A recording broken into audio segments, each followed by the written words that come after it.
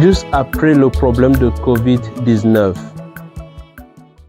un confrère prêtre a acheté les billets pour que nous puissions aller regarder un match. Alors, nous, on est arrivés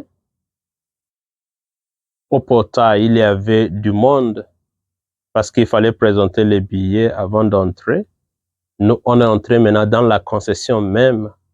Il y avait encore du monde avant même d'entrer dans la salle de jeu. Il fallait se purifier plus ou moins. Il y avait des choses qu'il fallait faire avant d'entrer maintenant dans la salle de jeu. Nous, on attendait notre tour. Et là, on voyait des gens qui venaient aussi avec des grosses voitures et on les faisait entrer de manière officielle. Alors, je me suis retourné vers mon confrère et je lui ai posé la question, quelle est la différence entre nous et ces gens? Et il m'a dit qu'ils ont acheté un billet d'une autre catégorie. Après une petite pause, il m'a dit, c'est aussi comme ça le ciel. Eh bien, il avait raison aussi.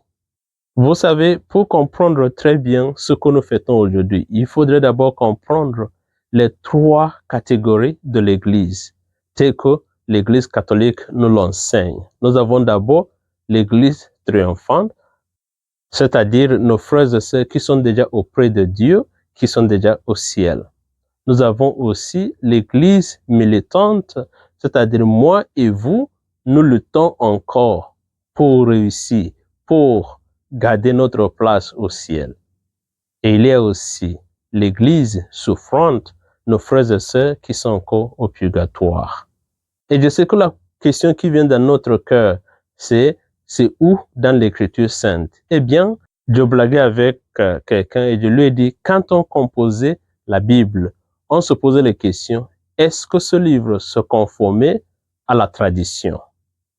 Mais maintenant, nous, on se pose encore les questions. Est-ce que la tradition se conforme à ce qui est écrit?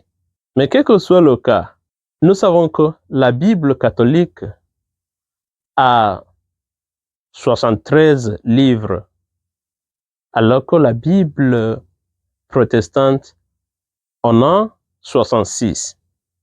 Cela voudrait dire qu'il y a déjà 7 livres qui n'est pas dans la Bible protestante. Et nous appelons cela les livres deutérocanoniques.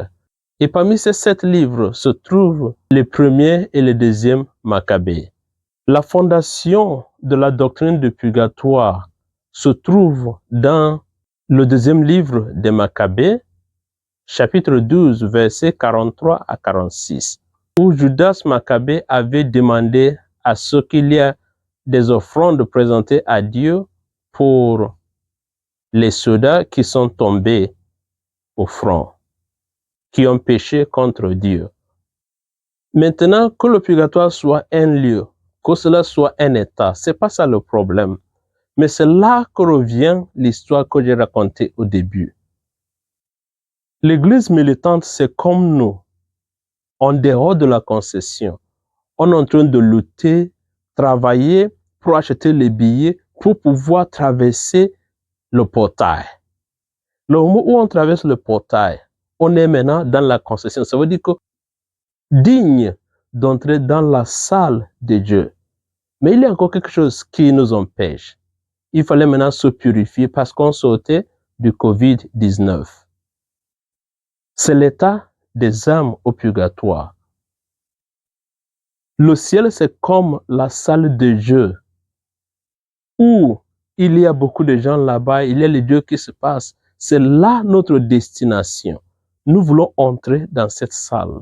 Il y a d'autres qui venaient, qui ne devaient pas passer par le même rituel que nous, parce que ils ont payé le prix, ils ont acheté des billets un peu plus chers. Mais il y a d'autres qui devaient passer par ces rituels, on doit les purifier, ainsi de suite. C'est ça le purgatoire. On va entrer maintenant au ciel, c'est-à-dire dans la salle de Dieu. Retenez ceci très bien. Les gens ont l'habitude de dire non, après la mort, c'est le jugement, soit le ciel, soit l'enfer. L'Église ne dit pas le contraire. Après ici, il y a le jugement. Soit que tu vas aller en enfer, soit que tu vas aller au ciel. Les âmes au purgatoire sont déjà jugées. Ils sont candidats pour le ciel. Ils ne peuvent jamais aller à l'enfer. Ils sont candidats pour le ciel. Mais il fallait maintenant quelque chose pour les purifier pour qu'ils puissent arriver paisiblement.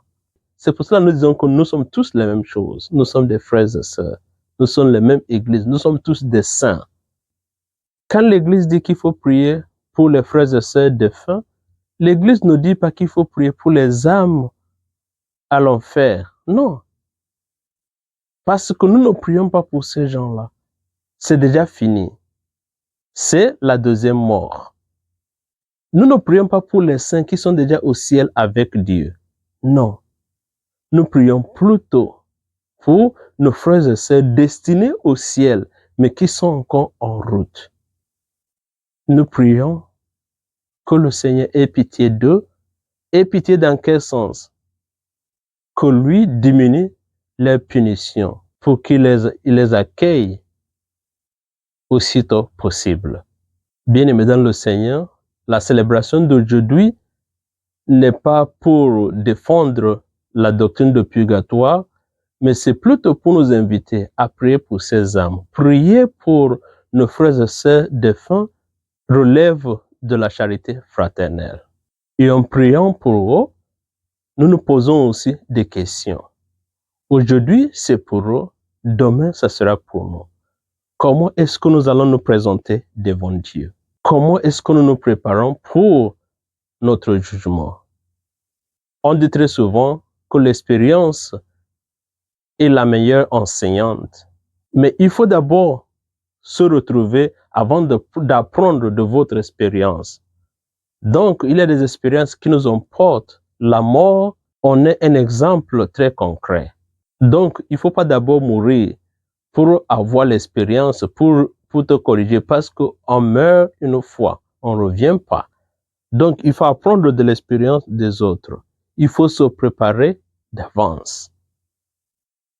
Pour les défunts, nous prions, éternel repos accorde-leur Seigneur, et que la lumière perpétuelle brille sur eux, et que les âmes reposent en paix. Amen.